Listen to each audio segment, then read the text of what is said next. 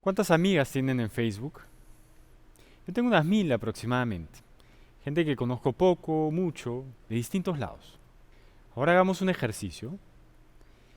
Quiero que piensen en tres de ellas. Solamente tres. ¿Mm? Bien. ¿Ya tienen los nombres? Si esa fuera una selección representativa a nivel nacional, dos de sus tres amigas serían víctimas de violencia de pareja. Dos de tres. En efecto, según datos del INEI, en el Perú 2 de cada 3 mujeres ha sido víctima de violencia física, psicológica o sexual de parte de su pareja. Estos datos provienen de la ENDES, que es una encuesta grande, la Encuesta Nacional de Demografía y Salud Familiar, que cada año encuesta a 35.000 hogares. Somos un país violento e incluso en una región violenta como América Latina ocupamos el top 3 de países con mayor violencia de género. No es un sitio para sentirnos orgullosos. El tema es que cuando estamos ante un problema grande como el de la violencia de género, que no sabemos resolver, solemos simplificar este problema. Y entonces sacamos conjeturas rápidas del mismo. Y al hacerlo usamos un sentido común que está lleno de estereotipos. Estereotipos que no siempre sabemos o podemos cuestionar. Y entonces con esas conjeturas rápidas creamos mitos. Como uno, por ejemplo, que la violencia contra las mujeres se concentra en las mujeres de pocos recursos. O dos, que es fácil identificar un agresor porque la violencia aparece rápido en la relación. Pero estos son mitos, ¿verdad? Veamos qué dicen los datos. En este primer gráfico, lo que nosotros les presentamos es la población dividida en 5 grupos, son quintiles, que es una medida que se utiliza mucho en las ciencias sociales. Están ordenados estos grupos en función del nivel socioeconómico. Y acá lo que vemos rápidamente es que el 33% de mujeres en el quintil de menos recursos ha sido víctima de violencia física en el último año. En el quintil de más recursos, el 27% lo ha sido. La diferencia entre los dos grupos no es grande, es poca. Entonces rápidamente desmentimos este mito que hemos tejido. La violencia no se concentra exclusivamente en las mujeres de bajos recursos, atraviesa todas las clases sociales. ¿Y qué hay de este segundo mito? Este que nos dice que es fácil identificar un agresor porque agrede rápido, ni bien inicia la relación. Acá nuevamente nos topamos con una realidad que hemos simplificado. Los datos muestran un patrón cuando vemos esta estadística que nos resume cuándo apareció la primera agresión física. Los datos muestran un patrón. Yo lo llamo la regla del 25. En un 25% de mujeres, la primera agresión aparece en el primer año, rápido, eso sí. En un segundo 25% aparece en el segundo año. En un tercer 25% aparece entre el tercer y el cuarto año. En el último 25% aparece en el quinto año o después, o mucho después, incluso luego de más de 10 años. Lo que estos datos nos muestran es que no es fácil identificar un agresor, porque la violencia puede aparecer mucho después, puede demorarse en aparecer. Entonces, lo que estos primeros datos nos muestran es una realidad muy compleja, diversa. No hay un único tipo de perfil de víctima, hay distintos perfiles de víctimas. Y entonces rápidamente nos damos cuenta que no son parecidas todas las víctimas y que hay muchas diferencias. Y que por tanto, nosotros podemos encontrar diferencias porque la violencia es más alta entre las mujeres que tienen empleo, por ejemplo.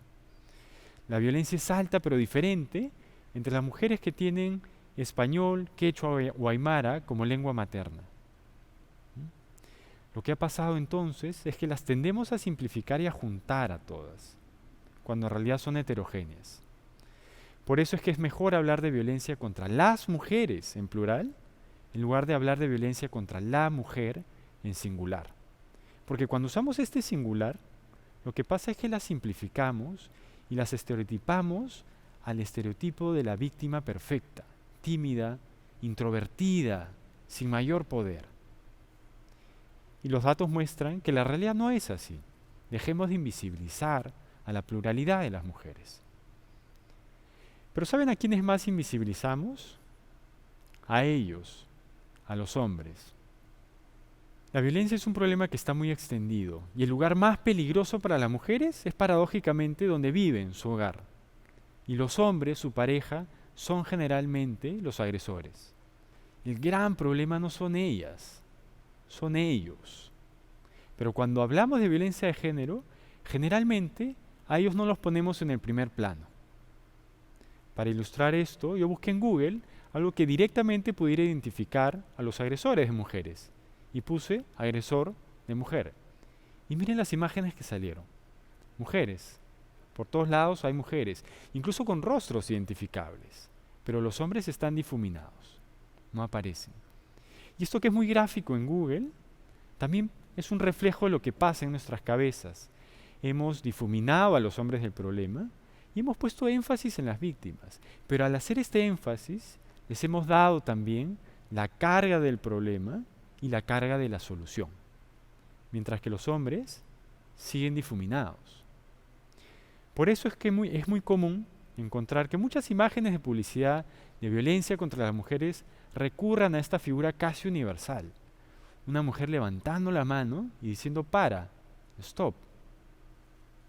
¿Ven lo que pasa ahí? Nuevamente les hemos dado la carga a las mujeres, mientras que los hombres están difuminados. Difuminarlos de las imágenes es solo un reflejo de cómo hemos difuminado a los hombres del problema y también, por tanto, cómo los hemos difuminado de las soluciones. Al no entender a los agresores, ¿cómo los vamos a incorporar, por tanto? No tiene mucho sentido, porque hay muchas preguntas sin respuesta. ¿Quiénes son estos agresores? ¿Por qué agreden? ¿Le pegan a todo el mundo? ¿Son enfermos mentales? El problema de tener estas preguntas sin respuesta es que nos llevan a soluciones sin mucho contenido. El problema de tener estas preguntas sin respuesta es que las cubrimos nuevamente con estereotipos para tratar de conocer al agresor. Y entonces creamos esta imagen perfecta del agresor, estereotipada. La antropóloga Norma Fuller nos señala que el estereotipo que hemos construido como sociedad de agresores es este: impositivos, siempre dispuestos a agredir, enfermos mentales. Entonces tendemos a alejarlos de la sociedad. Y como no los conocemos adecuadamente, entonces rápidamente buscamos hacer conjeturas rápidas sobre quiénes son. Y les quitamos la responsabilidad, porque en cierta forma nos conviene a los hombres. Los convertimos en sujetos excepcionales. Los estereotipamos al máximo hasta convertirlos en marginales. En el imaginario popular, por eso es que los tildamos de enfermos mentales. Y la juventud también lo piensa. En una encuesta del 2017 de la Universidad San Martín de Porres, ellos encuestaron a 4.000 universitarios a nivel nacional, tanto de universidades públicas como privadas. Y les preguntaron algo bien simple y directo. ¿Ustedes piensan que los agresores de mujeres son enfermos mentales? El 85% dijo que sí piensa que lo son. Y esto sucede en opiniones que vemos todos los días, por ejemplo en redes sociales. Si nos detenemos a leer los comentarios a una noticia sobre una agresión, vamos a ver comentarios que dicen rápidamente: ese agresor es un psicópata, es un monstruo, es un enfermo mental. Esta encuesta que yo les comentaba tenía preguntas adicionales. Y específicamente le preguntaron a estos jóvenes si es que ellos agredirían a su pareja en alguna situación. Los resultados muestran un giro muy chocante, muy preocupante. Un 34% de ellos respondió que le pegaría cuando ella tenga la culpa. Un 45%, casi la mitad, respondió que le pegaría levemente sin lastimarla. Un 46%, uno de cada dos, respondería que le pegaría por alguna razón.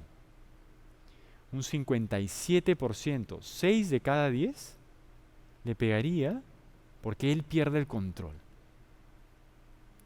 ¿Pueden ver la gravedad de esto? Estamos en una sociedad donde muchos jóvenes, no todos, pero muchos, declaran abiertamente que le pegarían a su pareja y que serían tal como esos enfermos mentales que tildaron minutos antes en la encuesta. Estamos en una sociedad en la cual la violencia contra las mujeres está largamente avalada y normalizada, mientras que de otro lado, rápidamente estereotipamos a los agresores y los tildamos de marginales. Es una tremenda contradicción. Pero quizás valga la pena preguntarnos si los agresores de mujeres son realmente enfermos mentales. Para tratar de responder esto, nos metimos a la cárcel y entrevistamos a 344 reos de dos cárceles en el país, Lurigancho y Castro Castro. Eran reos condenados o procesados por feminicidio, tentativa de feminicidio, violación sexual, etc. Y hallamos que los estereotipos de la sociedad no eran los correctos. Los agresores no eran iguales, eran distintos. Y armamos una tipología de agresores. Los clasificamos en 3 tipos. El primer tipo es Pedrito. Pedrito representa el 73% de nuestra muestra. Solo agreden a su pareja y lo hacen con una baja intensidad, porque agreden con frecuencia y severidad bajas. Ninguno tenía trastornos de personalidad, que es como deberíamos llamar correctamente a lo que mal llamamos enfermedad mental. No calza con nuestro estereotipo y se limitan a agredir al ámbito familiar. Y todas estas razones hacen que sean sujetos que pasan desapercibidos.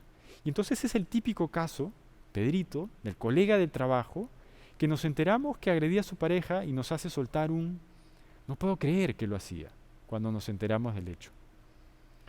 O como aquel chico que conocí en el aeropuerto el año pasado y que resultó ser el amigo de un agresor de un caso bastante mediático. Y este chico me dijo: "Qué raro, yo nunca lo he visto agredir a su nueva pareja". El segundo tipo de agresor es un Pedrito pero de intensidad mucho más alta. Representa un porcentaje menor en la muestra, 23%. Agrede solo a su pareja, pero lo hace con una intensidad muy fuerte, con frecuencia y severidad alta, tanto psicológica, física, como sexualmente. Pero tampoco, casi ninguno, tenía trastornos de personalidad. El tercer tipo es el que nosotros pensamos que es la regla, pero en realidad es la excepción. Solamente 4 de cada 100 de los que entrevistamos entraron a este tercer tipo. Solamente ellos tenían trastornos de personalidad, específicamente antisociabilidad, borderline y dependencia. Pero ven, nuevamente, son la excepción, no son la regla. Y además acá es importante mencionar que tener un trastorno de personalidad no me convierte necesariamente en un agresor. Yo les acabo de comentar que los agresores son diversos, son distintos, pero ¿saben qué comparten? Pensamiento machista. Nosotros en las entrevistas identificamos que un 76% de los agresores cree que si las mujeres supieran, podrían prevenir futuros episodios de violencia. Un 81% de los agresores piensa que los agresores como ellos tienen graves problemas psicológicos y que a menudo no saben lo que hacen. Un 66% considera que los que agreden a sus parejas se sienten avergonzados y culpables por ello. Veamos el mensaje de fondo. Los hombres nuevamente se difuminan del escenario. No saben lo que hacen. Mientras que las mujeres cargan con el problema. Si supieran, los dejaría. Es el pensamiento machista. Es lo que las feministas nos han estado diciendo por décadas y que como sociedad no lo hemos tomado del todo en serio. Leerlo ahora desde los agresores es distinto, tiene un efecto diferente.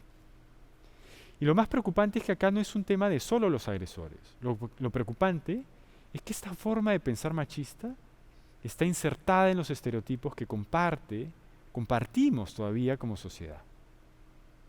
Estamos frente a un problema grave y tenemos que hacernos cargo. Pero para hacernos cargo tenemos que tener una mirada completa del problema y no invisibilizar a los hombres. Pero no se trata de abrazarnos con los agresores, llorar y perdonarnos. Por ahí no va la cosa. Se trata de mirarnos a los hombres como parte directa y solidaria del problema y por tanto también como parte de la solución. Para hacerlo, les dejo 4 ideas. 1. Cambiar la forma y el fondo de las campañas de comunicación contra la violencia hacia las mujeres tienen que estar focalizadas, pero inteligentemente en los hombres. Las ciencias del comportamiento son bienvenidas. 2, tenemos que reenfocar a los programas de empoderamiento de las mujeres para trabajar también con sus parejas. La evidencia dice que cuando esto no se hace, estos programas pueden incluso aumentar la violencia. 3, tenemos que trabajar con los niños y las niñas y los adolescentes, pero hoy es crucial y urgente trabajar con los adolescentes, por 2 razones. La evidencia dice nuevamente que trabajar con ellos tiene resultados de corto plazo para reducir la violencia y que además son 2, sostenibles en el tiempo. ¿Recuerdan las respuestas de esta buena parte de jóvenes universitarios? Tenemos que evitarlo. Último punto. En las reuniones familiares tenemos que centrar nuestra energía en la mesa de los jóvenes. No abandonemos la de los adultos, pero tenemos que conversar, dialogar y discutir con la mesa de los jóvenes. Que este tema no deje de importarnos, ni hoy ni mañana. Veamos el problema de violencia de género en su real dimensión y sin invisibilizar a las partes. Este no es un problema exclusivo de las mujeres, porque la mayoría de las agresiones viene de las manos de los hombres y de la indiferencia del resto de hombres que no son agresores. Es hora de que como hombres asumamos nuestra responsabilidad directa o solidaria. Si somos parte del problema, es nuestra responsabilidad ser parte de estas soluciones. También hagámonos cargo. Gracias.